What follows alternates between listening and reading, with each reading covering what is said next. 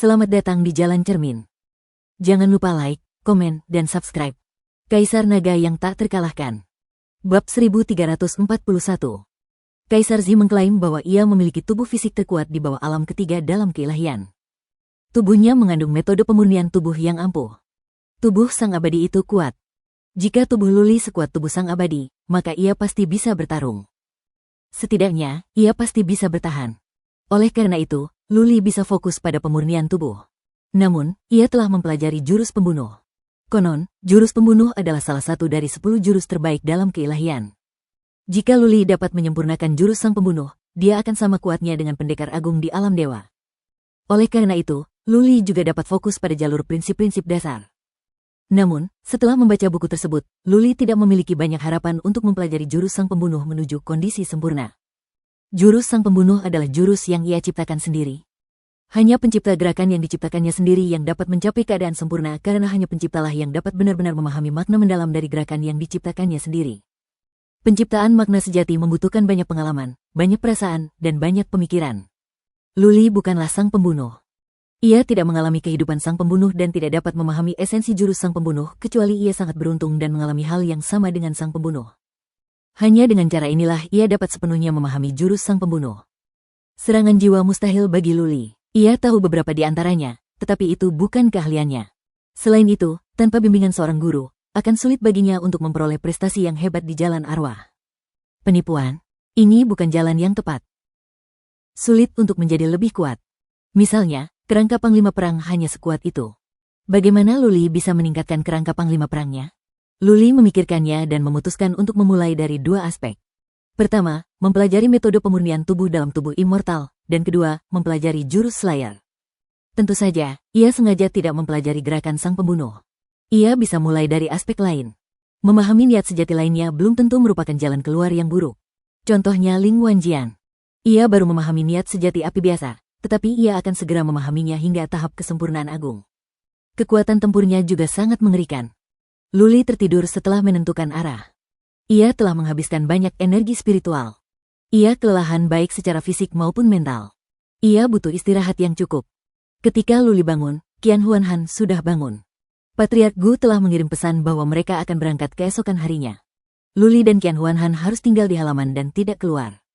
Pertempuran 10.000 pengrajin bukan sekadar pertarungan kekuatan magis. Ada juga berbagai transaksi material ilahi, pertukaran antar pengrajin tua, dan sebagainya. Luli tidak tinggal di kamarnya, dia pergi ke kediaman Lo Wuxier. Dia berterima kasih kepada Lo Wuxier dan Putri Suci dan meminta bantuan mereka untuk bertemu Luling di masa depan. Karena tidak bertemu terakhir kali, Luli tahu bahwa dia tidak akan mempunyai kesempatan lagi untuk bertemu dengannya dalam waktu dekat. Dia akan segera kembali ke lembah relik dan tidak akan bisa keluar dalam waktu dekat. Dia harus mengandalkan Lo Wuxier dan Putri Suci. Bukan masalah besar. Lo Wuxier dan Putri Suci berjanji akan membantu jika ada kesempatan. Lagi pula, mereka hanya perlu bertemu Luling sekali dan mereka berdua memiliki potret Luli. Mengucapkan selamat tinggal kepada keduanya, Luli meminta seorang murid dari sekte pengrajin untuk menemui Patriark Ying. Meskipun Luli telah menolak kebaikan Patriark Ying, ia bersyukur Patriark Ying menghargainya. Terakhir kali di kota Xingmang, Patriark Ying meminta Patriark He untuk membantunya.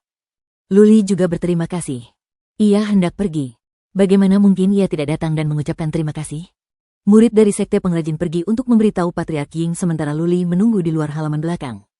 Sesaat kemudian, murid itu kembali. Nada suaranya lebih hormat dan cara ia menyapa Luli telah berubah. Tuan muda, Patriark Ying memanggil Anda. Luli menjawab dengan sopan dan mengikuti murid itu ke halaman belakang. Halaman belakangnya luas, dengan rumah-rumah bangsawan dan kastil di mana-mana.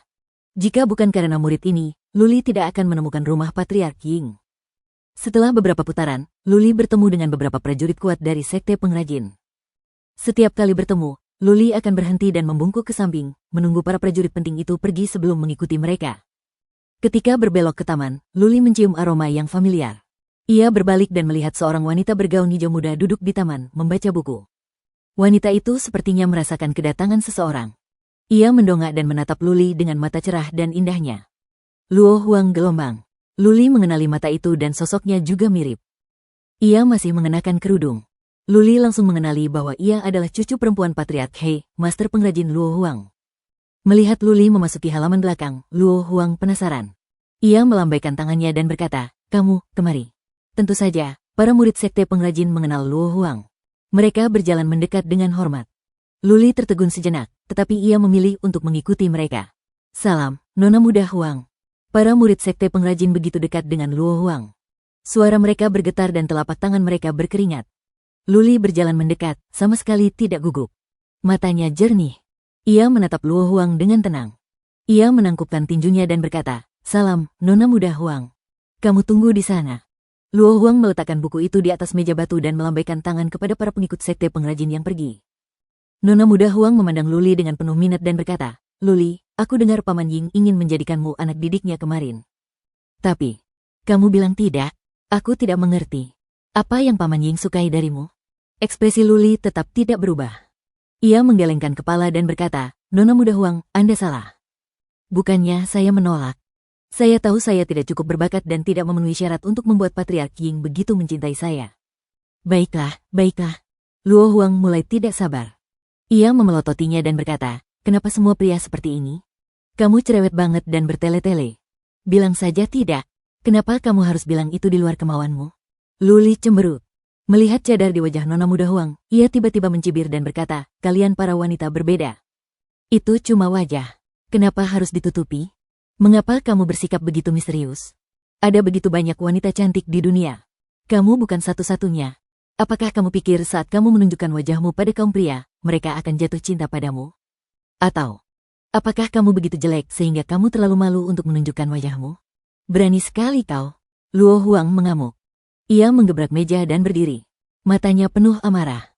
Luli menatapnya dengan tenang, tanpa rasa takut sama sekali. Luo Huang dan Luli saling menatap sejenak. Tak lama kemudian, Luo Huang pun kalah. Ia berbalik dan berkata sambil mencibir, "Bermain jual mahal? Apakah kalian para lelaki tidak punya cara lain? Mau lihat wajahku? Bermimpilah.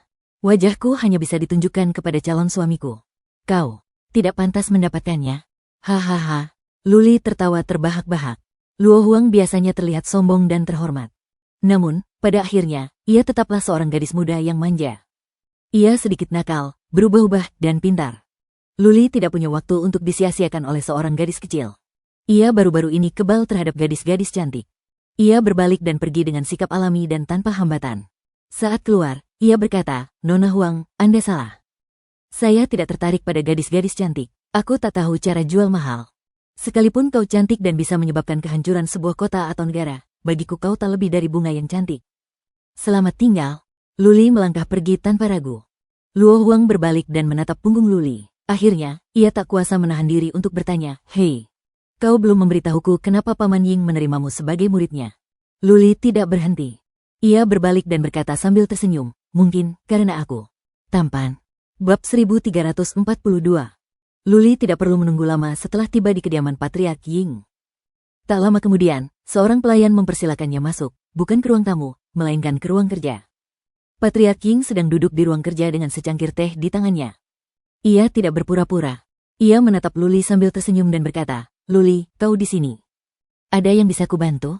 Sikap lembut Patriark Ying membuat Luli semakin bersyukur. Ia membungkuk dan berkata, "Terima kasih, Patriark Ying, karena telah menyelamatkan nyawaku di kota Xingmang." Setelah berkata demikian, Luli membungkuk lagi dan berkata, "Saya berterima kasih atas kebaikan Anda." "Saya berterima kasih. Jika ada kesempatan di masa depan, saya akan membalas kebaikan Anda." "Oke." Patriark Ying melambaikan tangannya dan berkata, "Kamu laki-laki.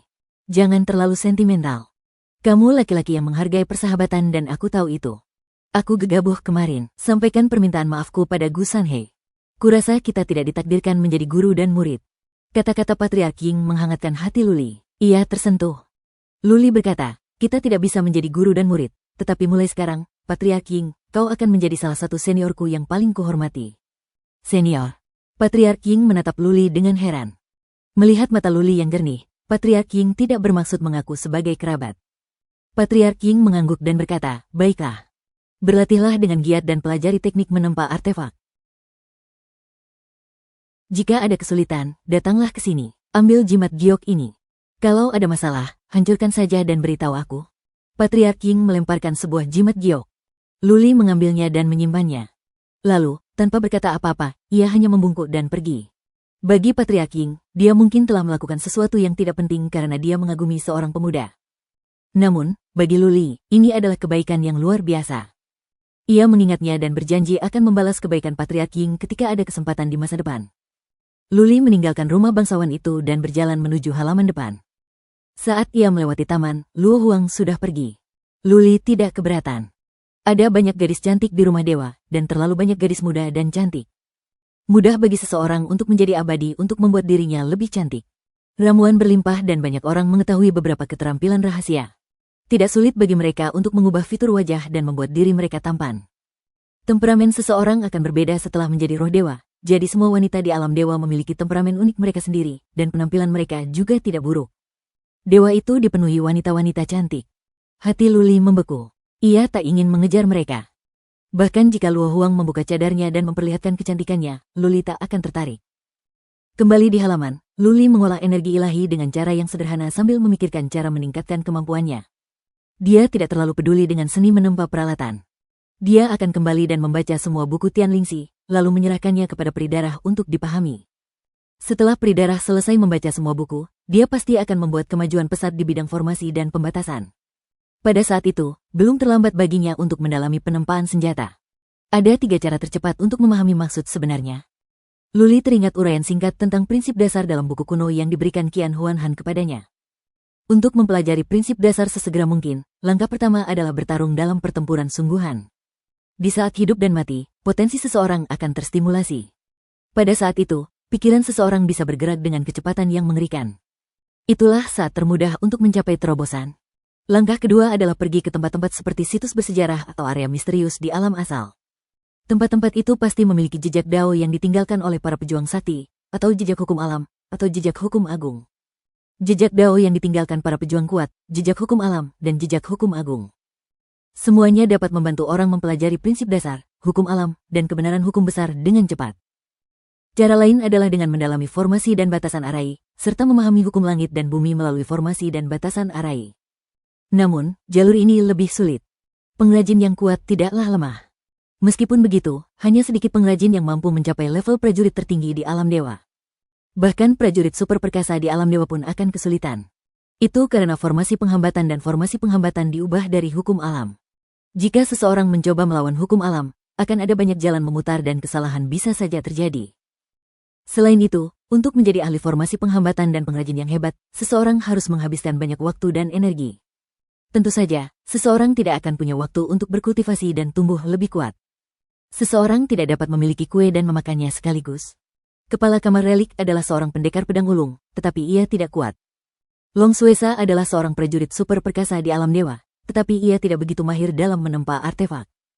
Patriark He, Patriark Ying, dan yang lainnya berada dalam situasi yang sama. Sepanjang sejarah, hanya sedikit dari mereka yang merupakan ahli dan berkuasa. Pertarungan sesungguhnya, rasanya mustahil. Ling Wanjian bisa melacaknya kapan saja. Jika dia berani bertarung sungguhan, dia akan dibunuh kapan saja. Pergi ke tempat-tempat seperti situs bersejarah, alam asli, dan alam rahasia juga tidak realistis. Patriark Gu tidak mengizinkannya berkeliaran. Setelah berpikir panjang, Luli menyadari bahwa untuk saat ini, ia harus berkultivasi di ruang relik. Ia harus bekerja keras untuk meningkatkan kemampuannya dan kemudian merencanakan langkah selanjutnya. Sehari kemudian, Qian Huanhan dan Luli terbangun. Tak lama kemudian, Long Suesa dan yang lainnya keluar. Nyonya dan juga ada di sana. Namun, Luli dan Qian Huanhan tampak tidak senang. Qian Huanhan telah meraih hasil yang baik di turnamen pengrajin. Ia akan menjadi pusat perhatian saat kembali. Dengan cara ini, banyak murid di kamar relik akan mempertanyakan Nyonya dan gelar orang paling berbakat di kamar relik akan diberikan kepada Qian Huanhan. Akan aneh jika Nyonya dan tidak senang. Mereka berangkat menuju kota luar. Long Suesa dan yang lainnya pasti sudah memberitahu mereka sebelumnya. Hanya satu pengrajin yang datang untuk mengantar mereka. Tidak ada orang lain yang datang dari sekte pengrajin. Di formasi teleportasi di kota luar, Long Suesa membawa mereka ke formasi teleportasi terbesar yang dapat memindahkan mereka ke kota besar di sebelah lembah relik.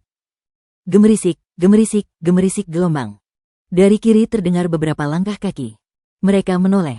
Patriark Gu terkejut. Di matanya, ada kebencian yang tak terlupakan. Apa? Luli terkejut. Ia merasa ada yang tidak beres. Long Suesa telah bergerak dan berdiri di depan Patriark Gu. Patriark lain meraih Patriark Gu. Chou Qianjun. Luli melihat seorang tuan muda datang dari kejauhan. Tuan muda itu membawa 4 prajurit perkasa bersamanya. Salah satunya adalah seorang lelaki tua yang tak kalah kuat dari Long Suesa. Tuan muda ini tampan. Wajahnya putih dan anggun. Namun, ada sesuatu yang jahat di matanya. Ia menatap Patriark Gu dengan tatapan mengejek dan provokasi. Hanya Zhou Qianjun, calon penguasa istana roh jahat, yang mampu membuat Patriark Gu bertindak seperti ini dan memperlihatkan niat membunuh seperti itu. Jelas, Zhou Qianjun dan yang lainnya juga siap untuk berteleportasi. Provokasinya terlihat jelas saat ini. Mereka yang bersama Zhou Qianjun juga tidak ramah. Patriark Gu ditahan oleh Long Xuesa dan para patriark lainnya. Ia tahu ia tidak bisa bertindak gegabah, atau ia sendiri yang akan menanggung akibatnya. Terakhir kali, dia membuat keributan dan sekte pengrajin tidak membantunya. Zhou Qianjun bosan melihat Patriark Gu tidak marah. Ia melirik yang lain dan akhirnya, tatapannya tertuju pada Luli. Oh tidak. Luli dan Zhou Qianjun saling berpandangan. Jantung Luli berdebar kencang.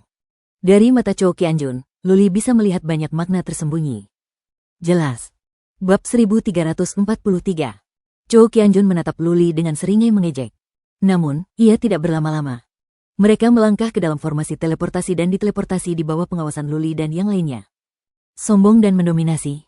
Itulah kesan pertama Luli terhadap Zhou Qianjun. Ia telah membunuh putra, menantu, dan cucu Patriark Gu. Sekarang, ia berjalan di depan Patriark Gu dengan cara yang begitu mencolok dan memprovokasinya. Orang lain pasti akan merasa bersalah dan takut akan balas dendam di hadapan Patriark Gu. Namun, Zhou Qianjun sama sekali tidak takut. Tidak sulit membayangkan karakter Zhou Qianjun dan betapa kuat latar belakangnya. Kakek buyut Zhou Qianjun adalah seorang patriark dari kantor ruang waktu. Kakek buyutnya pastilah seorang pejuang yang kuat seperti Patriark He, atau bahkan lebih kuat dari Patriark He. Dia mungkin seorang pejuang tertinggi di keilahian. Apa yang bisa dilakukan Patriark Gu terhadap Luli tanpa bukti ketika dia dilindungi oleh prajurit yang begitu kuat? Sudah lama sejak Zhou Qianjun diteleportasi. Mata Patriark Gu masih merah padam. Ia tampak garang, seperti binatang buas yang terkekang. Luli dapat merasakan kesakitan yang tersembunyi di balik ekspresi tertekan itu. Jadi bagaimana kalau aku ketahuan? Luli mendengus pada dirinya sendiri. Dia hanyalah seorang prajurit tertinggi di alam dewa. Dari seorang yang biasa-biasa saja di Gurun Utara, Patriark Gu mampu mencapai puncak alam semesta terbalik surga dan 9 alam semesta. Apakah dia tidak memiliki kesempatan untuk berdiri di puncak keilahian? Ketika dia mencapai tingkat prajurit tertinggi di dewa, menghancurkan Zhou Qianjun akan semudah menghancurkan semut. Ayo pergi, San He. Long Xuesa menepuk bahu Patriark Gu dan membimbingnya ke formasi teleportasi. Patriark Gu memejamkan mata untuk menahan amarah dan kebenciannya lagi. Para patriark lainnya, Long Yunhai, dan yang lainnya mengikuti mereka masuk. Setelah kilatan cahaya putih, Luli dan yang lainnya menghilang dari kota pengrajin. Setelah waktu yang lama, Luli dan yang lainnya kembali ke kota senja. Sama seperti terakhir kali, Luli pusing. Ia harus duduk di tanah sebentar untuk membakar 2 batang dupa sebelum pulih. Ketika Luli pulih, mereka diteleportasi kembali ke lembah relik. Begitu mereka tiba di lembah relik, Luli melihat banyak orang datang menyambut mereka. Master relik pun tak terkecuali, tetapi banyak patriark juga datang. Kamar relik bangga telah meraih hasil yang baik dalam kompetisi pengrajin. Long Xuesa dan yang lainnya diantar ke aula tetua oleh sekelompok tetua. Qian Huanhan dikelilingi oleh sekelompok murid. Nyonya dan Long Yunhai dan yang lainnya juga dikelilingi oleh sekelompok orang. Namun, mereka jelas iri karena banyak murid perempuan yang terus-menerus melirik Qian Huanhan. Luli berjalan menuju kediaman Patriark Gu dengan tenang. Kemuliaan yang seharusnya menjadi miliknya telah direnggut oleh Qian Huanhan. Namun, ia sama sekali tidak sedih. Malah, ia senang. Jika ia yang dikepung saat ini, ia mungkin akan sakit kepala. Kembali ke halaman, Luli tidak beristirahat. Ia segera mengeluarkan buku Tian Lingxi. Ia ingin menyelesaikan buku-buku lainnya sesegera mungkin agar peri darah bisa mempelajarinya. Long dan, dia, Li dan Hua, Qian, Gu Hua, Di. Kata. Ia memberitahu Luli bahwa banyak gadis muda di pavilion relik sedang menggodanya. Banyak murid perempuan mengajaknya jalan-jalan. Kurasa berbahaya bagimu terus seperti ini. Lain kali kau bertemu Meng Feier, kau tidak akan seberuntung itu. Apa kau ingin dia berlutut di depanmu? Kata-kata Luli menyadarkan Qian Huanhan bagai seember air dingin. Ekspresi Qian Huanhan berubah. Tak lama kemudian, ia mengangguk dan berkata, "Bos, Anda benar. Saya telah dibutakan oleh kesombongan. Saya akan berkultivasi. Saya tidak akan meninggalkan tempat ini sampai saya mencapai tingkat seorang pengrajin dewa." Luli mengangguk. Qian Huanhan memang agak pamer dan agak badut, tapi dia pemuda yang menjanjikan. Jika Qian Huanhan bisa berkonsentrasi menempa artefak, dia mungkin bisa meraih prestasi besar. Qian Huanhan pergi ke kamarnya dan mengaktifkan formasi penghambatan untuk berkultivasi. Patriark Gu kembali sementara Luli sedang membaca sebentar. Patriark Gu tidak memanggil Luli, tetapi Luli pergi ke halaman belakang. Orang tua itu pasti sedang menderita dan membutuhkan penghiburan dari Luli. Di halaman belakang, Luli melihat Patriark Gu duduk di bawah teralis anggur dengan teko di tangannya. Namun, ia tidak menuangkan teh. Ia duduk dengan mata terpejam, tenggelam dalam pikirannya. Luli mengambil teko dan menuangkan secangkir teh untuk Patriark Gu. Tuan, kurasa Chow Qianjun telah memperhatikanku, kata Luli lembut. Apa? Patriark Gu langsung membuka matanya. Ada kilau redup di matanya. Luli menghiburnya sambil tersenyum dan berkata, jangan khawatir, Tuan. Mulai hari ini, aku berencana untuk mengabdikan diri mempelajari Wudao dan menempa artefak. Cepat atau lambat, aku akan membantumu membunuh Chow Qianjun. Jika 10 tahun tidak cukup, maka 100 tahun. Jika 100 tahun tidak cukup, maka 1000 tahun. Aku telah mempelajari jurus pembunuh. Selama aku berlatih dengan giat, aku akan dapat berkembang dengan cepat. Suatu hari nanti, ketika aku menjadi ahli kerajinan atau prajurit tertinggi di alam dewa, itulah hari di mana Chow Qianjun akan mati. Ahli kerajinan, prajurit agung di keilahian? Patriark Gu terkejut. Lalu, ia memaksakan senyum. Wajahnya tampak lebih baik. Menatap Luli, ia mendesah. Murid bodoh, menurutmu mudahkah menjadi seorang ahli kerajinan atau seorang prajurit tertinggi di keilahian? Ada miliaran makhluk abadi di dalam keilahian, namun hanya ada ratusan prajurit agung. Setidaknya ada ratusan juta pengrajin. Tapi hanya ada 20 pengrajin ahli. Juga, ekspresi Penatua Gu berubah serius saat dia memberi instruksi. Antara dao penempaan artefak dan dao bela diri, kalian hanya bisa memilih satu. Jika Anda ingin bekerja di dua bidang sekaligus dan meraih prestasi besar di kedua jalur tersebut, pada akhirnya Anda hanya akan berakhir tanpa hasil apapun. Secara pribadi, menurutku kamu harus memilih artefak tembah. Sebelum Luli sempat berkata apa-apa, Patriark Gu melanjutkan, kau punya bakat luar biasa dalam menempa artefak. Jika kau terus belajar, kau mungkin akan menjadi pengrajin termuda dalam sejarah. Saat itu, kau bisa bergabung dengan sekte pengrajin. Akan mudah bagimu untuk membalaskan dendamku. Guru, saya akan memikirkannya. Luli mengangguk. Ia tidak menjelaskan. Ia tahu betul bahwa itu bukan karena bakatnya dalam menempa artefak, melainkan karena ia memiliki peri darah, roh goblin. Kalau tidak, bahkan jika dia belajar selama puluhan tahun, dia tidak akan memiliki pemahaman yang mendalam tentang formasi dan pembatasan arai. Tuan, aku butuh kristal jiwa es. Luli memikirkannya dan mengajukan permintaan kepada Patriark Gu. Saya juga ingin membaca beberapa buku tentang penempaan artefak. Berdengung gelombang. Patriark Gu mengeluarkan sebuah cincin dan menyerahkannya kepada Luli. Ini semua buku yang kumiliki. Ada lebih dari 10.000 buku, termasuk metode pembuatan pemicu petir. Ambillah semuanya dan bacalah dengan saksama. Setelah selesai, Anda bisa pergi ke perpustakaan di pavilion. Ada ratusan ribu buku di sana. Anda bisa menghubungi saya jika ada pertanyaan. Kristal jiwa es. Aku akan mendapatkanmu 100 nanti. Patriark Gu tidak tahu apa yang Luli inginkan dari kristal jiwa es. Meskipun begitu, ia selalu mengabulkan setiap permintaan Luli. Ia memberikan semua buku yang telah dikumpulkannya sepanjang hidupnya kepada Luli. Ia sangat mempercayai Luli. Terima kasih, Guru. Luli sangat gembira. Tian Lingxi memiliki puluhan ribu buku, Patriark Gu memiliki lebih dari 10.000, dan ada ratusan ribu buku di ruang relik. Jika dia bisa membaca semuanya dan mewariskan pengetahuan itu kepada Bloodvine, dalam 3 hingga 5 tahun, seberapa dalam pemahamannya mengenai formasi penghambatan. Bab 1344. Waktu berlalu dengan cepat, dan dalam sekejap mata, 3 tahun telah berlalu. Ruang relik terasa damai. Luli dan Qian Huanhan menjalani kultivasi tertutup. Bahkan Nyonya Dan, yang selalu nakal, pun menjalani kultivasi tertutup. Lady Dan terinspirasi oleh kompetisi pengrajin. Segera setelah kembali, ia mulai berkultivasi. Ia berkata bahwa ia harus bekerja lebih keras dan berjuang untuk meraih gelar master pengrajin di lain waktu. Bagi Luli, 3 tahun terasa seperti beberapa bulan saja. Selama 3 tahun itu, selain mengolah energi Suan dan meningkatkan jiwanya, Luli menghabiskan seluruh waktunya membaca. Ia telah selesai membaca koleksi buku Tian Lingxi, begitu pula koleksi buku Penatua Gu. Kini, ia telah memasuki perpustakaan pavilion perkakas dewa.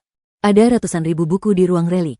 Meskipun Luli tidak perlu membaca sebagian besar buku, buku-buku itu sudah cukup untuk dibacanya dalam waktu lama. Selama 3 tahun, selain membaca buku, ia sesekali mempelajari prinsip-prinsip dasar. Sayangnya, ia tidak membuat banyak kemajuan. Selain kecelakaan yang sebenarnya, ia telah memahami 2 jenis seni ilahi. Satu untuk meningkatkan kecepatan pengembangan kekuatan ilahi, dan yang lainnya untuk mengembangkan jiwa. Ada beberapa keterampilan di perpustakaan dan beberapa di pertempuran, tetapi Luli sedang tidak ingin mempelajarinya. Lagi pula, dia tidak bisa meninggalkan lembah itu sekarang. Mempelajari keterampilan itu sia-sia. Selain itu, Seni ilahi di perpustakaan tidak dianggap tingkat tinggi. Dua seni ilahi yang ia pilih untuk dikultivasikan sangat bermanfaat bagi pengembangan kekuatan ilahi dan peningkatan jiwanya. Luli juga menciptakan bola pengumpul roh, yang dibentuk oleh 10 formasi pengumpul roh raksasa.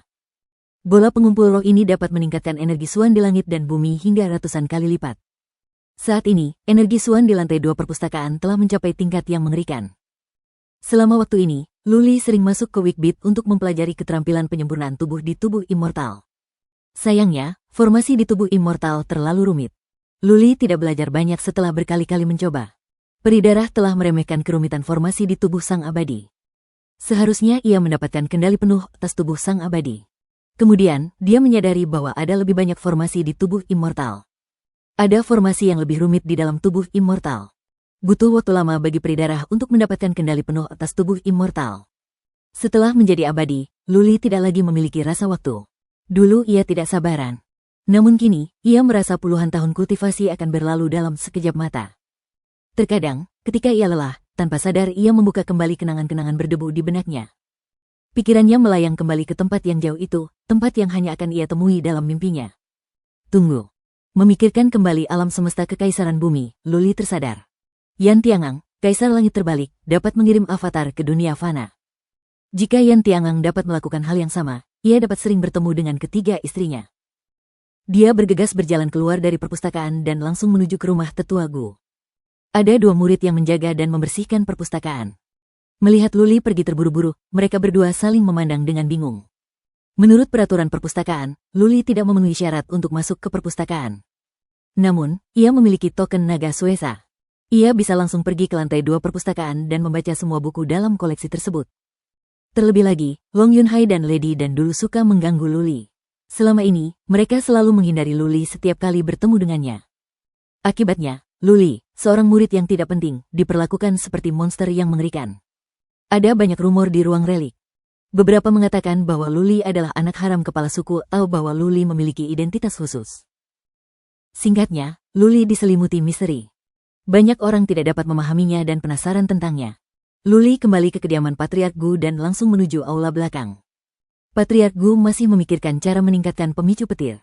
Melihat Luli bergegas, Patriark Gu mengangkat alisnya dan bertanya, "Ada apa? Mengapa terburu-buru?" Luli tidak menolak. Ia menuangkan secangkir teh untuk dirinya sendiri dan menyesapnya sebelum berkata, "Guru, bagaimana saya bisa turun ke alam semesta yang lebih rendah? Saya ingin tahu lebih banyak tentang keluarga saya." Sudah bertahun-tahun berlalu. Luli tidak tahu apa yang terjadi di alam semesta kekaisaran bumi. Bagaimana jika Ling Wanjian mengirim seseorang untuk membunuh Jiang Qiling, Bai Qiuxue, Bai Xiaoshuang, dan Lu Renhuang? Turun ke alam bawah? Patriark Gu berkedip.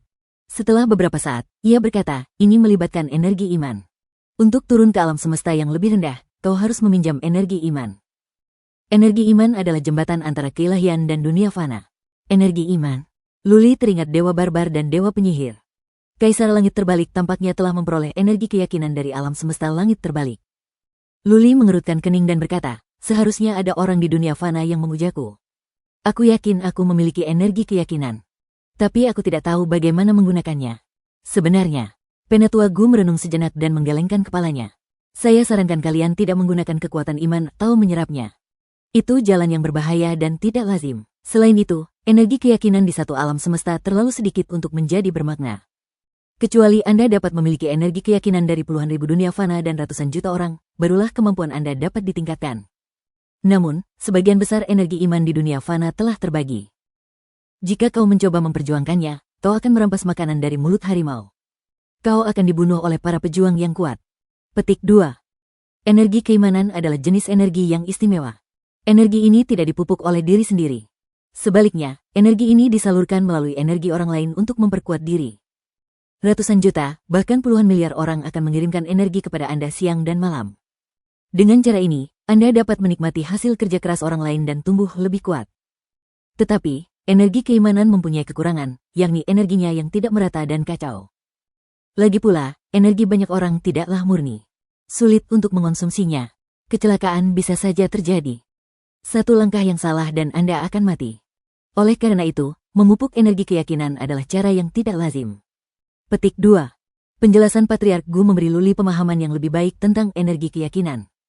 Di alam dewa, banyak orang berkultivasi dengan energi keyakinan. Ada beberapa pejuang agung di keilahian yang menguasai energi iman dari berbagai alam semesta.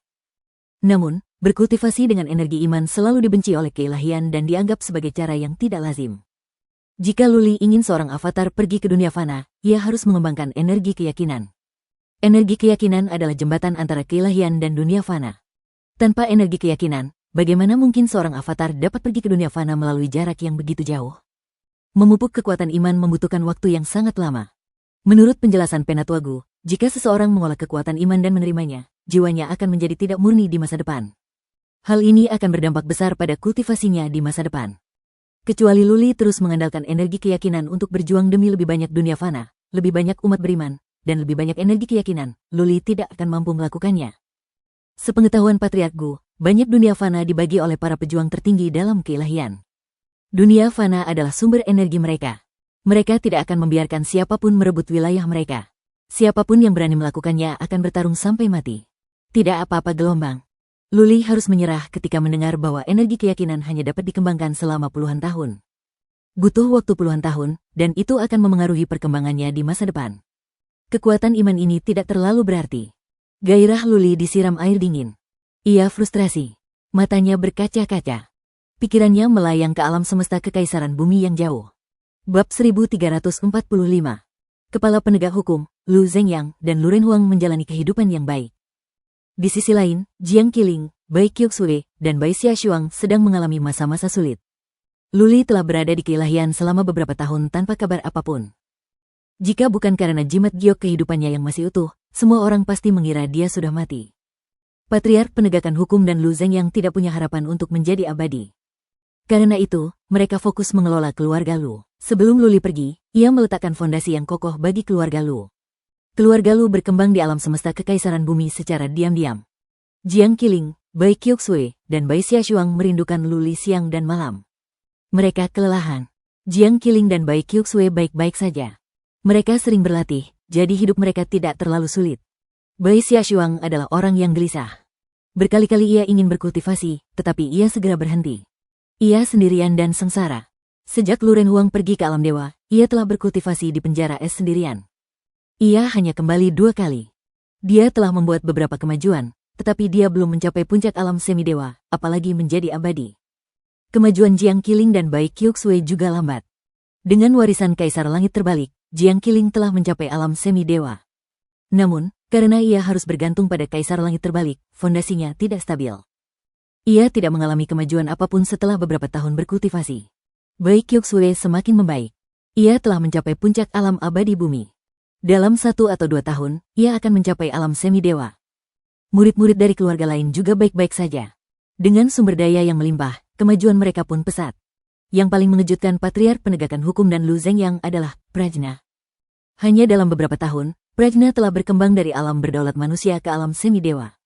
Kecepatan kultivasinya sangat mengerikan, bahkan lebih cepat dari Luli. Prajna telah kembali ke dunia sekuler. Ia sedang dalam masa pertumbuhan. Di usia semuda itu, ia diincar oleh banyak guru muda. Tuan-tuan muda terbaik dari keluarga Jiang, keluarga Lu, dan keluarga Ye semuanya mengungkapkan cinta mereka.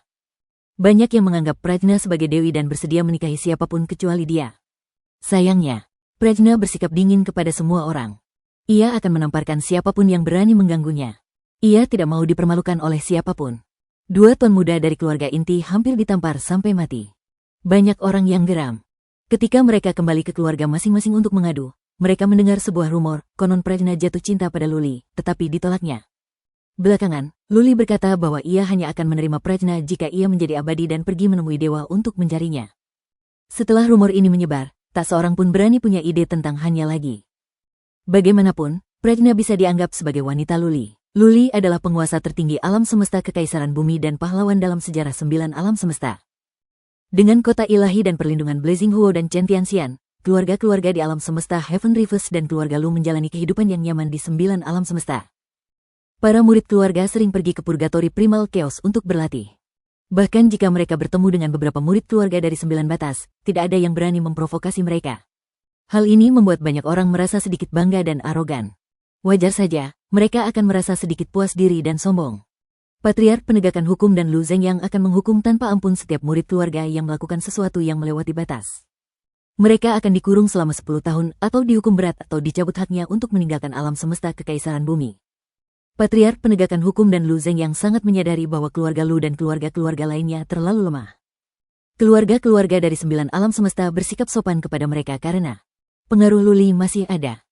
Jika para pengikut keluarga Lu dan keluarga lainnya berani berbuat semau mereka dan mengamuk di 9 alam semesta, mereka akan diserang oleh banyak orang.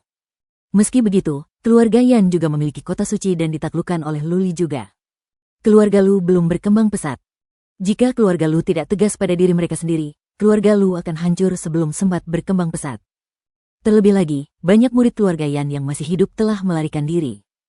Tidak hanya keluarga Yan, tetapi beberapa keluarga dari alam semesta kekaisaran ilahi, alam semesta kekaisaran bumi, dan beberapa keluarga dari alam semesta lain telah menjadi musuh Luli.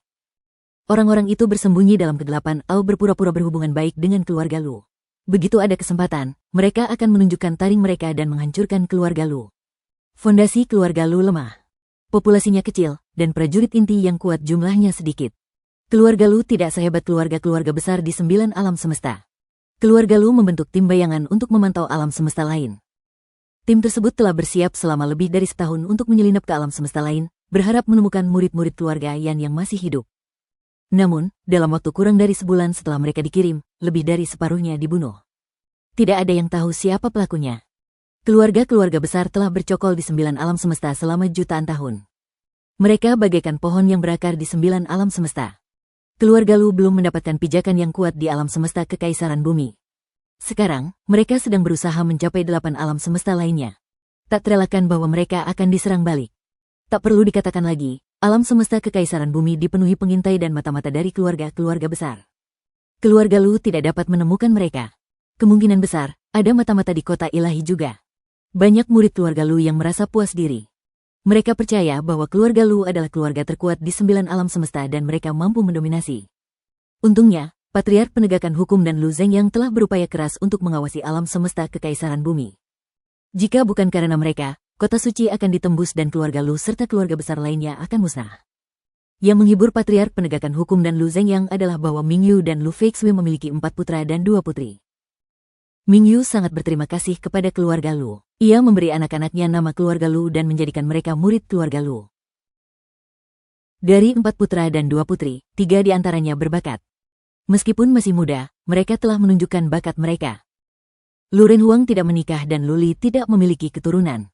Inilah satu-satunya kabar baik yang menghibur Lu Zhengyang. Murid-murid keluarga Lu lainnya juga menikahi banyak istri dan selir. Mereka bekerja siang dan malam dan memiliki banyak keturunan. Jumlah penduduk keluarga Lu sedikit, dan itu merupakan kelemahan keluarga Lu. Keluarga-keluarga besar lainnya di 9 alam semesta memiliki banyak cabang dan keluarga. Setiap tahun, banyak talenta akan dikirim ke keluarga Lu, yang dapat menghasilkan banyak prajurit yang kuat. Keluarga Lu memiliki alam semesta kekaisaran bumi, alam semesta terbalik surga, wilayah perairan, dan beberapa alam semesta kecil yang dulunya milik keluarga Jun dan keluarga Hao. Keluarga Lu pada dasarnya memiliki sumber daya yang tak terbatas. Selama seseorang berbakat dan memiliki karakter yang baik, keluarga Lu dapat diberikan sumber daya yang tak terbatas. Sebelum Luli pergi, kebijakan murid inti tetap dijalankan. Terlepas dari apakah seseorang berasal dari cabang atau langsung, selama seseorang berbakat dan memiliki karakter yang baik, seseorang dapat menjadi murid inti dan menerima sumber daya yang tak terbatas. Patriark Penegakan Hukum meyakini bahwa dalam beberapa dekade atau 1 abad, ketika generasi muda tumbuh dewasa dan sekelompok prajurit alam abadi bumi dan alam semi-dewa lahir, keluarga Lu akan mempunyai pijakan yang kuat di 9 alam semesta. Sayang, kamu bilang kamu akan kembali untuk kita. Kenapa kamu belum kembali juga? Sayang, lama sekali ya. Kenapa kamu nggak kirim avatar ke sini? Apa kamu nggak kangen kita? Atau, apakah kamu punya kekasih baru di Divinity? Kami tidak menyalahkanmu meskipun kamu melakukannya. Kamu hanya tidak bisa mengabaikan kami. Petik 2. Di sebuah rumah bangsawan di kota relik, Bai Xiaoshuang duduk di taman. Ia bosan setengah mati, menatap langit dan bergumam sendiri. Dia tidak dapat melihat apapun di langit, tetapi dia sering duduk sendirian dalam keadaan linglung. Bai Xiaoshuang menyadari bahwa ia sedang depresi. Dulu ia orang yang aktif, tetapi belakangan ini, ia tidak ingin pergi kemanapun. Ia seringkali suka menyendiri dan melamun. Ia teringat saat Luli ada di sana, ia sering duduk sendirian dan menitikkan air mata. Dia suka menatap langit seolah-olah dia bisa melihat keilahian melalui cakrawala dan melihat Luli. 2 alam, alam abadi dan alam fana. Bai Xiaoshuang takut Luli takkan pernah kembali. Ia takut ia akan duduk di sini dan menatap langit seumur hidupnya. Pada akhirnya, ia akan menua dan menjadi tengkorak. Titik titik titik. Titik titik titik. Bab 1346. Di lantai 2 perpustakaan di Lembah Relik. Suan Ki langit dan bumi sangat kaya di sini. Bahkan orang biasa yang tidak tahu cara bertarung pun bisa hidup sampai usia lanjut jika tinggal di sini dalam waktu lama. Sekali lagi, Luli datang ke sini. Dia memilih untuk menyegel ingatannya. Ia tahu tak ada gunanya terlalu banyak berpikir saat ini, yang hanya akan menambah masalahnya. Ia lebih suka belajar dan berkultivasi. Itulah satu-satunya cara agar ia bisa mengukir namanya di dunia keilahian dan kembali ke alam semesta kekaisaran bumi. Sebenarnya, jika Luli menemui Patriark Gu dan Patriark Gu dapat menyumbangkan tabungannya atau meminta bantuan dari kamar relik, Luli dapat kembali ke alam semesta kekaisaran bumi dari kantor ruang waktu. Namun, mengingat kemampuannya saat ini, kembali sama saja dengan mencari kematian. Ling Wanjian akan mengejarnya dan mencabik-cabiknya. Zhou Qianjun tidak akan melepaskan kesempatan untuk membunuh Luli. Zhou Qianjun tidak bisa membunuh Patriark Gu, tetapi Luli hanyalah seorang murid. Sebelum naik ke alam dewa, Luli tahu bahwa ia akan dikelilingi bahaya di alam dewa karena ia memiliki terlalu banyak musuh. Dewa penyihir, dewa barbar, dewa sayap, dan Yan Tiangang semuanya adalah pejuang yang kuat. Sekarang musuh yang paling kuat telah mati, dua musuh yang bahkan lebih kuat telah muncul, dua musuh yang sama sekali tidak dapat ia lawan. Ling Wanjian dan Zhou Qianjun. Keduanya seperti dua gunung, mencekik Luli dan membuatnya takut meninggalkan lembah relik. Rasanya sesak dan tidak nyaman, seakan-akan ada dua pedang yang menggantung di atas kepalanya dan bisa jatuh kapan saja. Yang satu adalah seorang prajurit super perkasa di alam dewa, dan yang satunya lagi adalah seorang pemimpin muda dari sebuah pasukan besar. Keduanya memiliki latar belakang yang kuat. Sekalipun Luli 100 kali lebih kuat, dia tetap akan mati jika keluar, apalagi dengan kemampuannya saat ini. Untungnya, setelah Luli meninggalkan Gurun Utara, musuh-musuh yang dihadapinya berada di luar imajinasinya. Ia memiliki mental yang kuat. Tidak ada tekanan yang dapat menghancurkannya. Sebaliknya, tekanan tersebut membantunya berkembang. Luli terus membaca. Setelah membaca lusinan buku yang sulit dipahami, ia memindahkan ingatannya ke peri darah. Guru, tunggu sebentar. Pada saat itu, peri darah tiba-tiba mengiriminya pesan. Ia menjelaskan, aku baru saja mempelajari formasi mantra di Thunderbringer dan menemukan beberapa masalah. Ada masalah? Luli mengerjap bingung. Pemicu petir sudah jadi dan terbukti ampuh. Bagaimana mungkin peri darah mengatakan ada yang salah dengan formasi di dalam pemicu petir? Jika ada yang salah, maka lightning trigger tidak akan ada gunanya. Apa kamu yakin? Luli bertanya. Peri darah menjawab setelah beberapa saat, aku tidak bisa bilang ada masalah. Aku hanya merasa formasinya telah menyimbang. Berdasarkan pemahaman saya tentang susunan roh ini seharusnya dapat menjadi lebih sempurna dan kuat. Kalau orang lain yang mengatakan hal ini, Luli pasti sudah menamparnya. Selama bertahun-tahun, Luli telah mengajarkan banyak hal tentang formasi penghambatan kepada peri darah. Peri darah mengonsumsi 100 kristal jiwa es. Ia tidak berevolusi, tetapi ia telah bertumbuh. Klan peri darah memiliki kemampuan ilahi bawaan aneh yang memungkinkan mereka menghancurkan formasi. Setelah berevolusi, peri darah dapat mempelajari formasi penghambatan dengan lebih cepat. Karena itu, Luli akan menanggapi kata-katanya dengan serius. Jantungnya berdebar kencang. Penatua Gu selalu ingin meningkatkan kemampuan pembawa petir. Jika peri darah bisa membantu meningkatkan mantranya, mungkin kekuatan pembawa petir akan meningkat. Ini bisa menyelesaikan masalah yang telah mengganggu Patriark Gu selama bertahun-tahun. Luli berusaha sebaik mungkin untuk membantu Patriark Gu. Dia dengan cepat bertanya, peri darah, bisakah kamu meningkatkan formasinya? Bisakah kamu membuat formasi Thunderbringer lebih sempurna dan kuat? Di antara buku-buku yang diberikan Patriark Gu kepada Luli adalah metode untuk membangun Thunderbringer.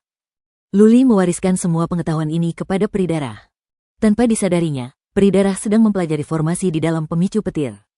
Saya tidak bisa mengatakan bahwa saya sepenuhnya yakin. Peri darah berkata, guru telah memberiku banyak pengetahuan tentang formasi sihir. Aku ingin mencobanya dan melihat apakah aku bisa meningkatkan formasi sihir pemanggil petir lebih jauh lagi.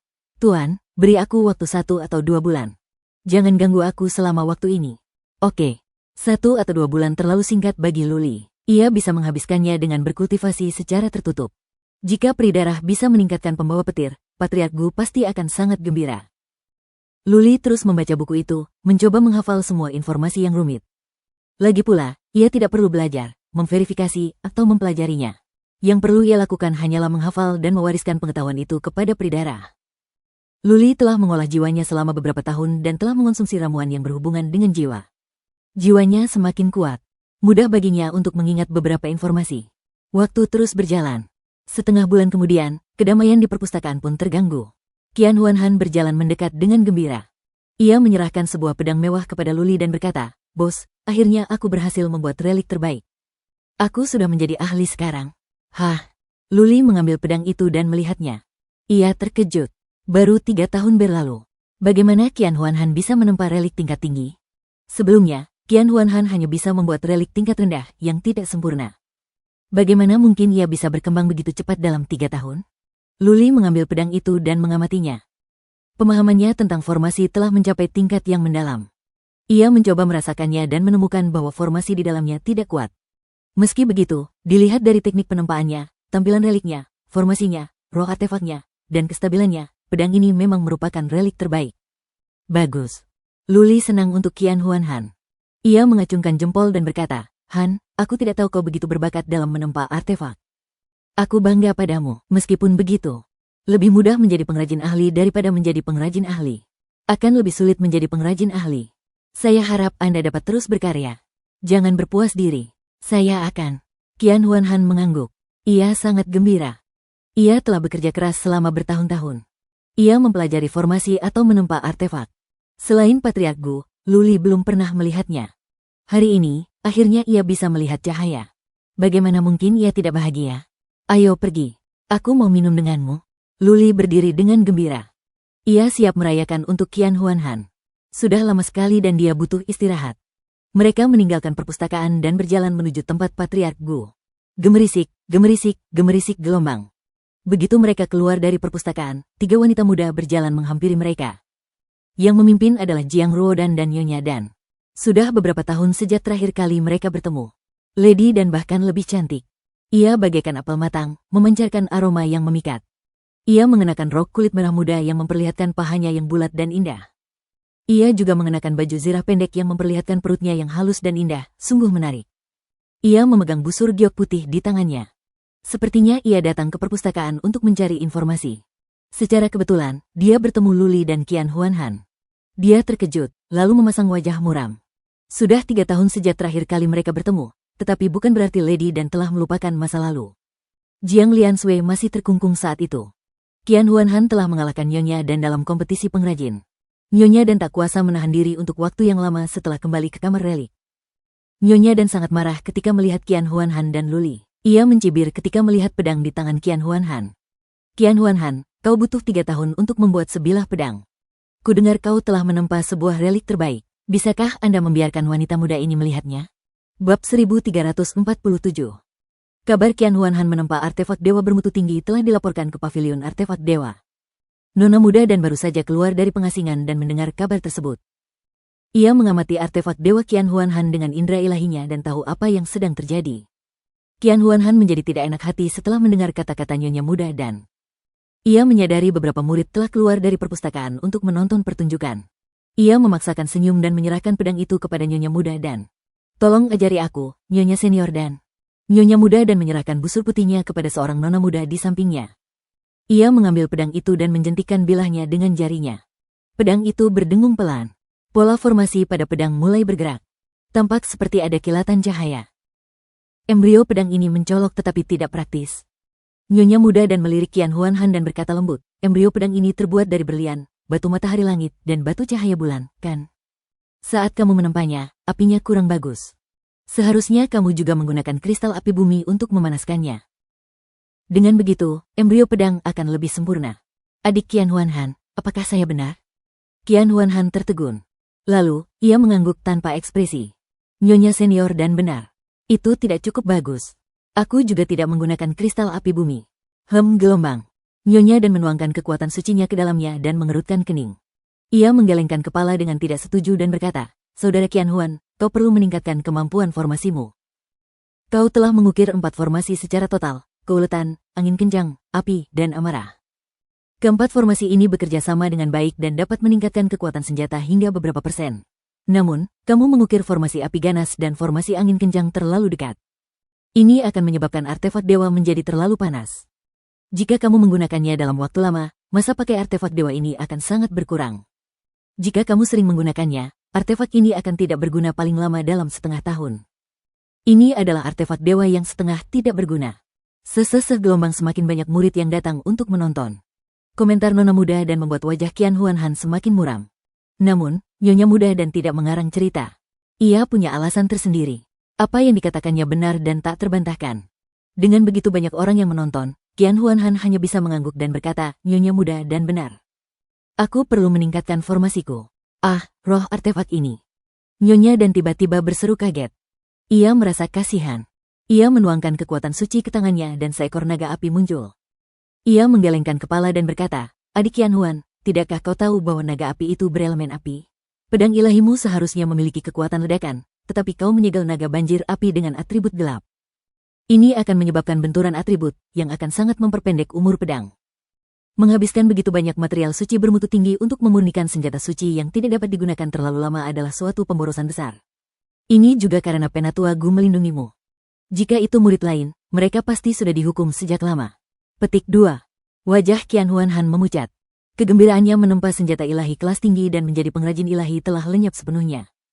Artefak suci bermutu tinggi yang susah payah dipalsukannya kini tak ada nilainya dalam perkataan Lady Dan pengatur waktu. Nyonya dan tampaknya tidak berniat melepaskan Qian Huanhan begitu saja. Ia berkata dengan nada sarkastis, level pengatur waktunya sangat rendah. Aku mulai bertanya-tanya apakah kau murid Patriark Gu. Lagi pula, kamu memenangkan juara ketiga dalam kompetisi pengrajin. Kamu kembali dan berkultivasi selama 3 tahun, dan kamu hanya membuat relik berkualitas buruk seperti itu. Saat itu, saya membuat relik unggul yang 10 kali lebih baik dari milik Anda, tetapi saya tidak berhasil mencapai semifinal. Aku bahkan tidak tahu bagaimana kau bisa sampai ke semifinal. Apa kau diam-diam menyuap seorang patriark sekte pengrajin? Anda. Qian Huanhan gemetar karena marah. Kata-kata nyonya dan tajam. Dia mencari-cari kesalahannya di depan banyak orang. Dia bahkan menyinggung kompetisi pengrajin dan menuduhnya curang. Dia mencoba mempermalukannya di kamar relik. Luli telah mengangkat Qian Huanhan ke posisi tinggi. Jika Qian Huanhan tidak bisa mengimbangi, ia akan dilebih-lebihkan. Semakin tinggi seseorang naik, semakin keras ia jatuh. Hari ini adalah contoh terbaik. Qian Huanhan telah berkultivasi selama 3 tahun. Akhirnya, ia membuat kemajuan pesat dalam menempa artefak dan menghasilkan relik yang unggul. Kini setelah dipermalukan oleh Lady Dan, meskipun ia tidak kehilangan akal sehatnya, ia akan mulai meragukan dirinya sendiri. Ini mungkin akan memengaruhi masa depannya. Jelas, Qian Huanhan tidak kuat secara mental. Kalau tidak, dia tidak akan begitu gelisah dan marah ketika bertemu Meng Feier. Luli menatap Qian Huanhan yang gemetar. Luli tahu dia harus melakukan sesuatu. Kalau tidak, Qian Huanhan tidak akan bisa pulih dari kemunduran ini dan masa depannya akan hancur. Luli menoleh ke wanita muda di sebelah Lady Dan yang sedang memegang busur giok putih. Saudari Dan, busur ini indah sekali. Apakah kau yang membuatnya? Tanya Luli sambil tersenyum. Nyonya Dan menatap Luli dengan waspada. Wanita muda itu berkata dengan bangga, ya, ini hasil kerja suster Dan baru-baru ini. Di antara relik-relik terbaik, ini yang terbaik. Suster Dan telah berkultivasi selama 3 tahun. Ia telah membuat kemajuan pesat dalam menempa artefak. 2 patriark memujinya. Mereka percaya bahwa dalam kompetisi pengrajin berikutnya dalam 7 tahun, ia akan menjadi pengrajin ahli yang baru. Oh, benarkah begitu? Petik 2. Luli dipenuhi kekaguman. Sambil menggosok-gosok tangannya, ia berkata, bolehkah aku melihat relik sebagus ini? Saya selalu mengagumi dan penasaran dengan keterampilan menempa Lady Dan. Wanita muda itu merasa bangga pada dirinya sendiri. Ia menoleh ke Lady Dan yang tampak ragu-ragu. Dia punya firasat buruk. Tapi, ada begitu banyak orang di sekitarnya. Kalau dia menolak mentah-mentah, orang-orang akan menganggapnya bersalah. Melihat keraguan Lady Dan, Luli menyeringai. Apa? Suster Dan, relik ini tidak bisa diperlihatkan kepada orang lain? Atau itu, sepotong sampah? Nyonya Dan pernah mendengar tentang kata-kata tajam Luli sebelumnya. Dulu ketika Jiang Liansui membuat keributan, Luli membuat semua orang di aula hukum pidana terdiam. Sekarang, Nyonya Dan mengalaminya sendiri. Dia tersenyum dan berkata, karena saudara muda Lu ingin melihatnya, aku akan menunjukkannya padanya. Sambil menyerahkan busur itu kepada Luli, Suster Fu berkata dengan nada meremehkan, hati-hati. Jangan sampai rusak. Ini relik yang luar biasa. Kurasa kau takkan bisa membuatnya seumur hidupmu. Luli sama sekali tidak marah. Tanpa melihat busur giok itu, ia bertanya kepada Saudari Fu, Saudari Fu, apakah kamu takut busur ini akan patah atau aku akan menghancurkannya? Jika sebuah relik unggul dapat dipecahkan dengan mudahnya, maka yang Anda buat bukanlah relik unggul, melainkan porselen. Suster Fu menyadari bahwa ia telah menamparkan wajahnya sendiri. Ia menjadi marah dan berkata, lihat. Jangan buang waktu. Kalau bukan karena niat baikku, kau tak akan punya kesempatan. Benarkah begitu? Sudut mulut Luli melengkung membentuk senyum tipis. Ia menjentikkan busur dan busur itu mengeluarkan suara. Luli mengerutkan kening dan berkata, prototipe busur ini dibuat dengan baik. Tapi, demi penampilannya yang indah, kau memilih besi awan bulan sebagai bahan utamanya, kan? Material ini sangat berharga. Satu potongnya lebih berharga daripada 1000 sumber ilahi. Material ini memiliki banyak kegunaan, tetapi tidak cukup kuat. Sungguh mubazir menggunakannya sebagai bahan utama busur. Hanya Suster Fu, sebagai cucu ketua, yang berani menyia-nyiakannya. Kalau kita, Balai Hukum Pidana pasti akan mengejar kita. Memberi Qian Huanhan rasa obatnya sendiri. Nyonya dan tidak menyangka Luli akan menamparnya tepat setelah ia mengejek Qian Huanhan. Terlebih lagi, Luli benar. Besi awan bulan itu langka. Banyak buku tidak mencatatnya. Bagaimana Luli tahu tentang itu? Bab 1348. Besi awan bulan memang langka. Murid biasa tidak akan bisa mengaksesnya.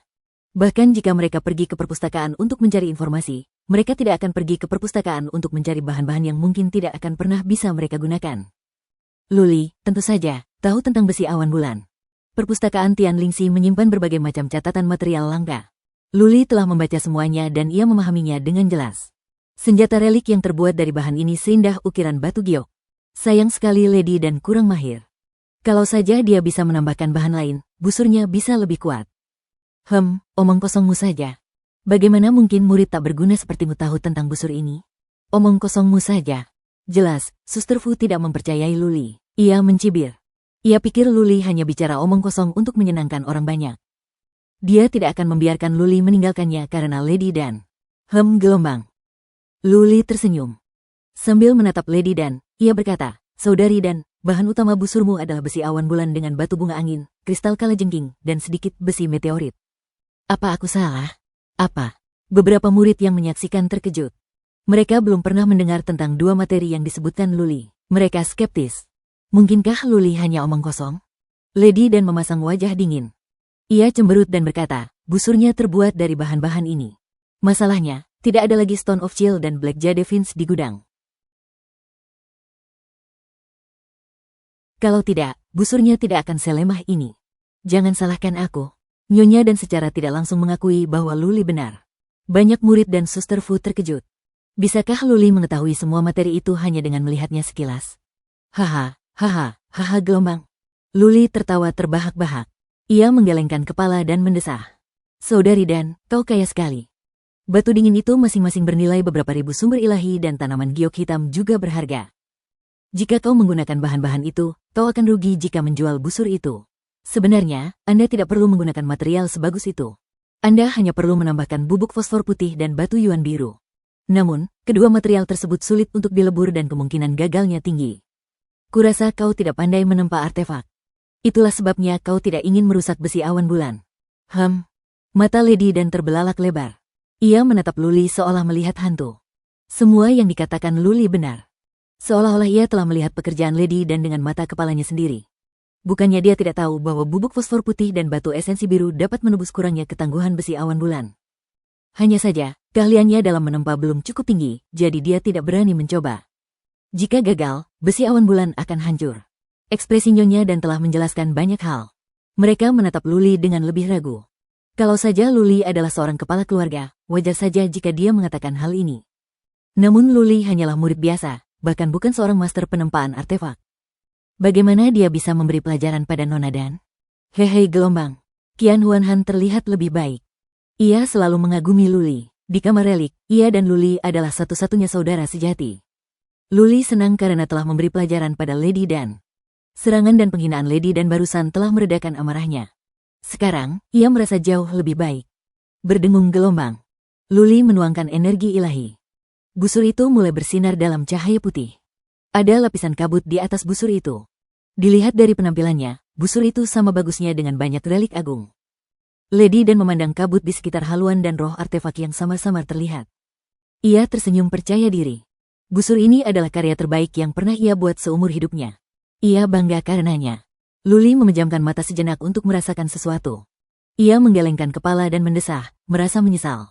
Nyonya Dan memasang wajah muram. Ia menatap Luli, ingin tahu apa yang akan dikatakannya. Sungguh pemborosan sumber daya. Seru Luli. Ia membuka matanya dan menatap Nyonya Dan dengan kecewa. Saudari Dan, apakah ketua tahu bahwa Anda menyia-nyiakan bahan-bahan kamar relik? Kau telah berkultivasi selama 3 tahun dan telah menghabiskan begitu banyak material berharga. Tapi yang kau dapatkan hanyalah artefak tak berguna. Apa? Banyak orang terkejut. Suster Fu mengira ia salah dengar. Nyonya Dan merasa sulit mempercayainya. Dia telah menunjukkan busur itu kepada kedua patriark. Itu memang salah satu relik berkualitas tinggi terbaik. Bagaimana mungkin Luli berkata bahwa busur itu tidak ada gunanya?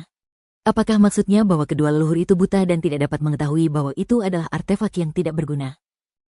Tidak berguna. Beraninya kau? Terdengar dengusan dingin. Seorang pria parubaya berjalan dari ujung jalan. Wajahnya penuh sarkasme saat ia melangkah mendekat. Sebelum mendekat, ia berkata dengan nada mengejek, Luli, busur bulu suci ini sudah kunilai. Beraninya kau bilang ini tak berguna? Apakah kamu tidak takut kehilangan lidahmu? Atau, apakah kamu lebih baik dariku dalam menempa artefak? Jiang Zuqiang.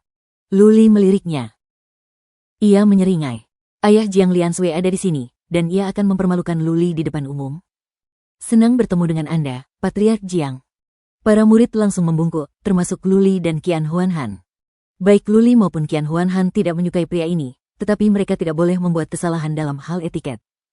Jika tidak, Jiang Zuqiang akan memanfaatkan kesempatan ini untuk memberi mereka pelajaran.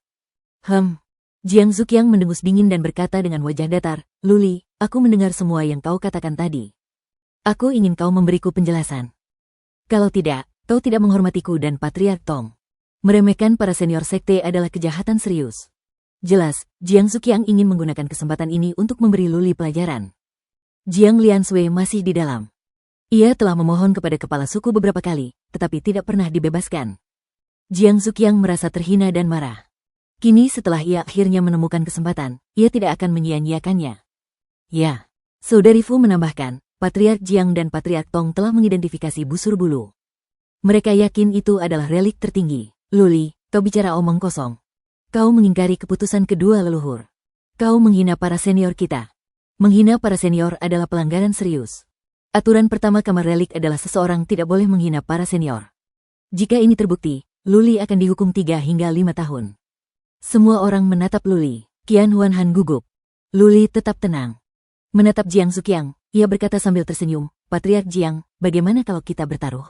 Jika saya berbohong, saya akan membiarkan balai hukum menghukum saya.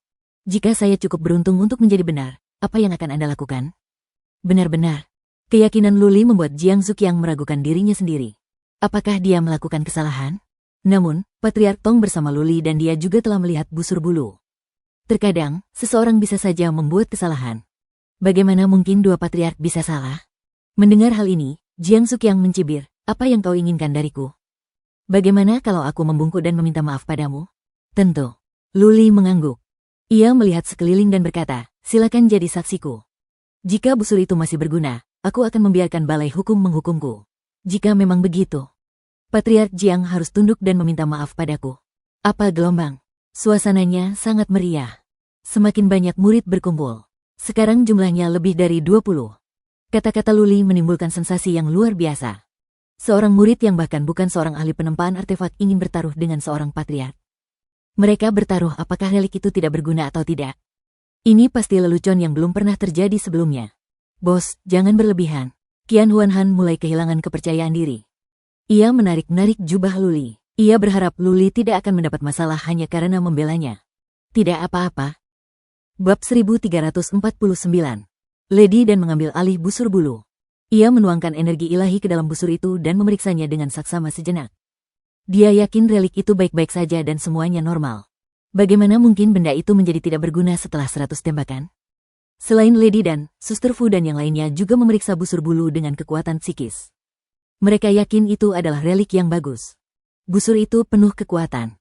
Busur itu bersinar dan roh artefaknya berkeliaran. Semuanya menunjukkan bahwa busur itu dalam kondisi baik.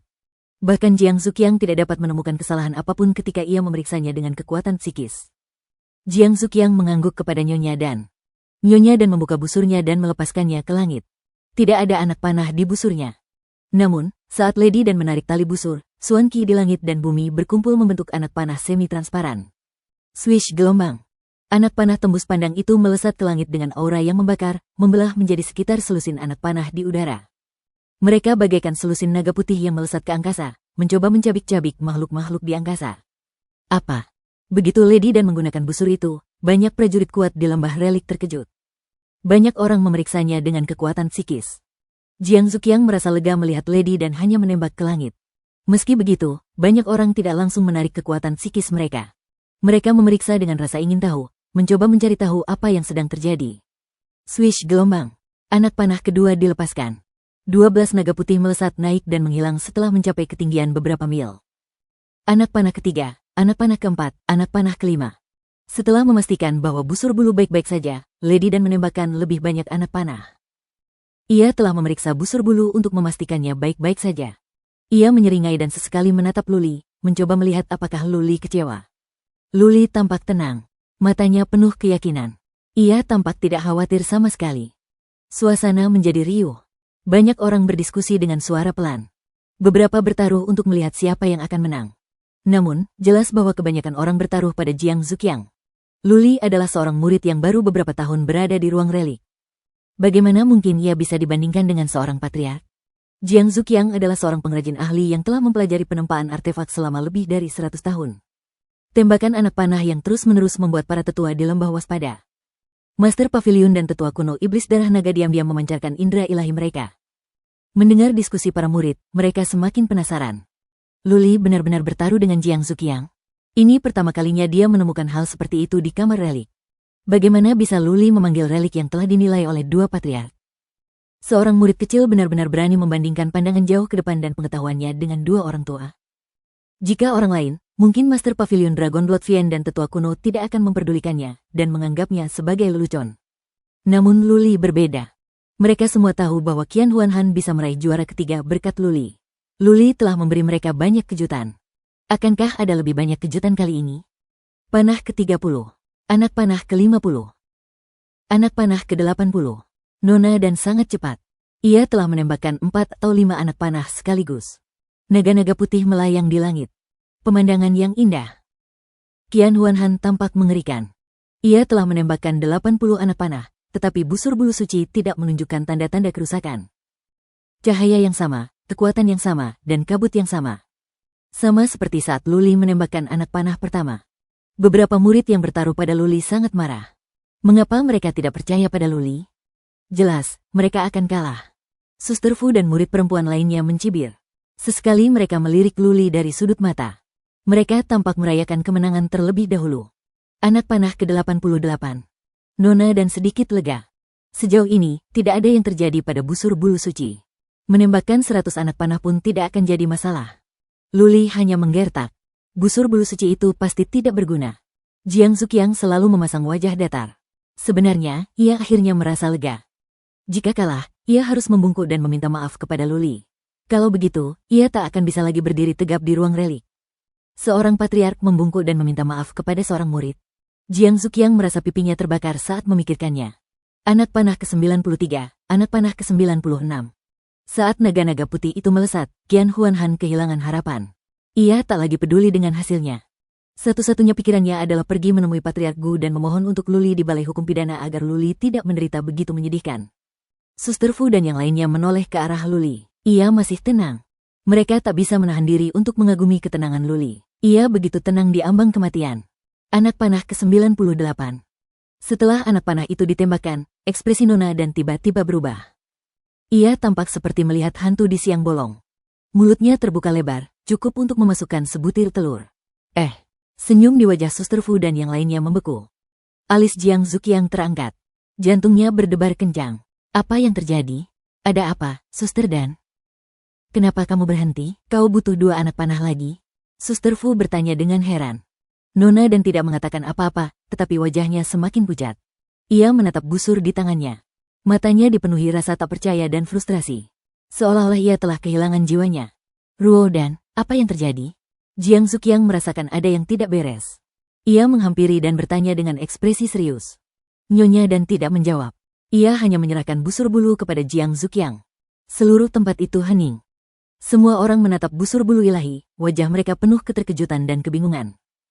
Luli berkata bahwa busur itu akan menjadi tidak berguna setelah 100 anak panah. Sekarang, busur itu patah setelah 98 anak panah. Mungkinkah Luli benar? Wus, wus gelombang. Beberapa patriark yang diam-diam mengamati terbang mendekat. Mereka tak kuasa menahan rasa ingin tahu, sehingga mereka datang untuk mencari tahu apa masalahnya. Jiang Zuqiang mengambil busur itu dan memeriksanya. Kemudian, ia menuangkan energi ilahi untuk merasakannya. Tak lama kemudian, ia memasang wajah muram. Tiba-tiba ia menatap Luli dan berkata, "Kau yang melakukannya." Formasi di haluan dalam kondisi baik. Sekarang, ada yang salah.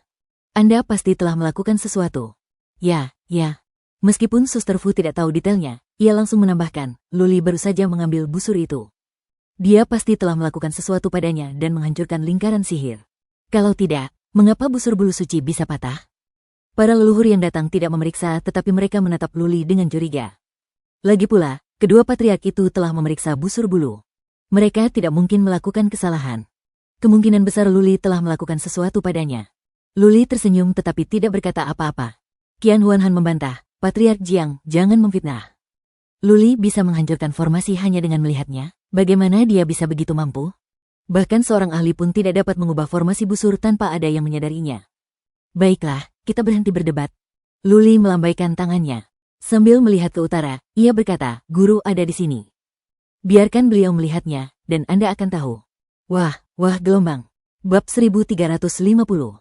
Jiang Xinghe, kepala kamar relik, telah memeriksa dengan kekuatan psikis. Kemampuannya tidak terlalu kuat, tetapi jiwanya mengesankan. Dia telah memeriksa busur bulu berkali-kali. Hanya saja, tidak ada seorang pun di sini yang mengetahuinya. Kekuatan spiritualnya tidak dapat mendeteksi masalah spesifik apapun. Jiang Xinghe sangat penasaran dengan apa yang salah dengan susunan di dalam busur itu. Lagi pula, busur itu buatan cucunya. Karena itu, ia meninggalkan halamannya. Begitu dia pergi, Long Suesa dan seorang patriark lainnya datang. Mereka datang bukan untuk membuat masalah, melainkan untuk menempa artefak. Semua orang tertarik. Dikelilingi oleh beberapa patriark, Jiang Xinghe datang.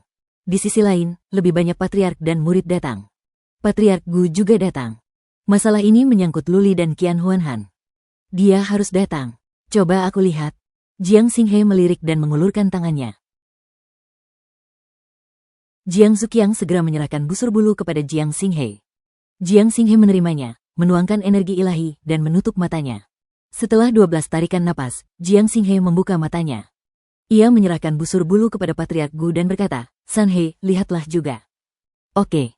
Patriark Gu juga tertarik. Ia menuangkan energi ilahi untuk memeriksa. Sesaat kemudian, ia mengangguk dan menyerahkan busur itu kepada Long Suesa. Busur relik itu berputar di tangan para patriark. Ketika patriark terakhir selesai, Jiang Xinghe berkata, katakan padaku, apakah Luli mengutak-atik busur relik itu? Para patriark saling berpandangan. Mereka tak berani berkata apa-apa karena takut salah bicara. Melihat tak seorang pun berkata apa-apa, Long Suesa berdeham dan berkata, tidak ada tanda-tanda formasi pada busur itu telah diubah. Jika Luli bisa mengubahnya tanpa kita sadari dan tanpa meninggalkan jejak, maka dia pasti seorang ahli, bukan murid biasa. Long Suesa dikenal karena kemampuannya, tetapi ia juga seorang ahli. Kata-katanya dapat dipercaya. Patriark Gu menambahkan, Luli baru berada di sini selama beberapa tahun. Saya rasa dia tidak begitu cakap. Lagi pula, dia hanya mengambil busur dan melihatnya. Bahkan aku pun tak bisa mengubah formasi dalam waktu sesingkat itu. Patriark Gu telah membuat keputusan akhir. Tidak diragukan lagi bahwa Luli tidak merusak busur itu. Jika Luli tidak melakukan apa-apa, maka pasti ada yang salah dengan formasi di busur bulu. Luli menyadari masalah ini, tetapi tidak Jiang Zuqiang dan Patriark Tong. Luli tidak merusak formasi. Master Pavilion Jiang Xinghe membenarkan hal ini. Ia melirik sekelompok tetua dan bertanya, lalu, tahukah kalian mengapa busur bulu ilahi tidak berguna setelah menembakkan 100 anak panah? Apakah ada yang bisa memberi saya penjelasan? Para leluhur saling berpandangan. Tak seorang pun berani berkata apapun karena mereka tak bisa melihat sumbernya. Terlebih lagi, sekarang ada masalah dengan susunannya. Jika dia memeriksanya dari awal, dia mungkin bisa melihat beberapa petunjuk. Long Suesa tampak termenung sementara wajah kaku Penatua Gu menampakkan senyum tipis. Penatua Sun sedikit ragu ketika bertanya, mungkinkah mereka sedang menyerang formasi? Kepala sekolah tidak berkomentar apapun. Ia melihat sekeliling dan akhirnya menatap Luli dan berkata, Luli, kau pecahkan teka-tekinya. Luli menatap Patriark Gu yang mengangguk. Luli memberi hormat kepada ketua dan para patriark lainnya. Ia menatap Patriark Sun dan berkata, Patriark Sun, kau benar. Busur bulu digunakan untuk formasi. Dia mengambil alih busur bulu dari seorang patriark dan berkata, seperti yang kalian semua tahu, busur ini terbuat dari besi awan bulan. Relik yang terbuat dari besi awan bulan itu indah. Warnanya sebening giok dan akan diselimuti kabut. Selama ini, relik yang terbuat dari besi awan bulan sangat populer. Tapi ada kekurangannya. Relik yang terbuat dari besi awan bulan tidak cukup kuat. Relik itu mudah hancur dan masa pakainya tidak lama. Luli berbicara dengan penuh semangat dan keyakinan. Ia sama sekali tidak gugup di hadapan ketua dan para leluhur. Ia percaya diri dan nadanya berirama. Ia meyakinkan. Ia terdiam sejenak sebelum melanjutkan, namun, semua orang hanya menyadari kelemahan besi awan bulan. Mereka lupa bahwa besi awan bulan memiliki kelemahan lain, atributnya agak dingin. Jika kita menambahkan batu hati dingin, giok hitam, atau bubuk fosfor putih dan batu esensi biru selama proses penempan, atribut dinginnya akan dinetralkan. Setelah mengatakan itu, Luli melihat sekeliling ke arah para patriark lainnya. Beberapa patriark tampak tercerahkan. Dua patriark merasa malu karena tidak memikirkan hal ini. Luli mengangguk. Ia menoleh ke arah Lady Dan berkata, Lady Dan mungkin tidak tahu ini, jadi dia tidak memperhatikan saat mengukir formasi. Dia mengukir 6 formasi, salah satunya adalah formasi elemen api dan yang lainnya adalah formasi ledakan. Ketika kedua formasi tersebut disatukan, relik tersebut akan menjadi sangat panas saat diaktifkan. Material utama Featherbow adalah Lunar Cloud Iron. Lunar Cloud Iron memiliki atribut dingin. Tanpa bantuan material lain, Featherbow akan menghasilkan formasi. Tidak masalah apakah formasi itu diaktifkan puluhan kali atau tidak. Tapi begitu busur bulu menembakkan anak panah terus-menerus, formasi itu akan hancur. Entah busur bulu itu meledak atau formasinya akan kacau balau. Petik 2. Sebelum Luli selesai, semua leluhur sudah mengerti. Saat dia selesai, bahkan murid-murid biasa pun sudah mengerti keseluruhan cerita. Wajah Nyonya Dan memucat. Ekspresi Jiang Zuqiang seperti baru saja kehilangan ayahnya. Dia baru saja bertaruh dengan Luli, dan semua kepala keluarga ada di sini. Apakah dia benar-benar akan membungkuk dan meminta maaf kepada Luli di depan semua orang? Bagaimana mungkin dia bisa tinggal di kamar relik di masa depan? Di masa depan, ketika para murid memandangnya dengan aneh, dia lebih baik mati. Luli, di mana kamu belajar semua ini? Jiang Xinghe menatap Luli dengan penuh minat. Bahkan tidak banyak kepala suku di sini yang tahu tentang ini, apalagi murid biasa. Besi awan bulan langka dan jarang digunakan. Pengetahuan tentang penempaan artefak terlalu luas. Setiap patriark memiliki keahliannya masing-masing. Mustahil bagi mereka untuk mengetahui semuanya. Luli membungkuk hormat kepada kepala suku dan berkata, Kepala suku, saya suka membaca semua jenis buku. Akhir-akhir ini, saya sering membaca di perpustakaan. Karena itu, saya telah membaca berbagai macam topik. Kebetulan saya melihat Lunar Cloud Iron baru-baru ini. Untungnya, saya menyadari ada yang salah dengan Featherbow. Busur bulu cukup bagus, tetapi ada beberapa kekurangan. Lady Dan telah membuat kemajuan pesat dalam menempa artefak. Dia bisa kembali dan menempanya kembali. Itu akan menjadi relik berkualitas tinggi. Luli menunjukkan rasa hormat kepada Nyonya Dan. Dengan kata lain, ia menunjukkan rasa hormat kepada ketua. Lagi pula, Nyonya Dan adalah cucu ketua. Ketua harus menunjukkan rasa hormat kepada Luli ketika ia melakukannya. Kepala suku mengangguk. Banyak kepala suku menatap Luli dengan curiga. Dia kebetulan melihat informasi tentang Lunar Cloud Iron. Luli dapat melihat masalahnya saat itu juga dan dia dapat mengetahui bahwa sesuatu akan salah dalam 100 tembakan. Jika bukan karena keberuntungannya, pengetahuan Luli dalam menempa artefak pasti sangat mendalam, bahkan mungkin lebih luas daripada para leluhur. Luli baru beberapa tahun berada di kamar relik. Bagaimana mungkin dia lebih berpengetahuan daripada para leluhur? Banyak orang mengungkapkan keraguan mereka. Mereka menghibur diri dengan mengatakan bahwa Luli hanya beruntung. Patriark Jiang bersambung.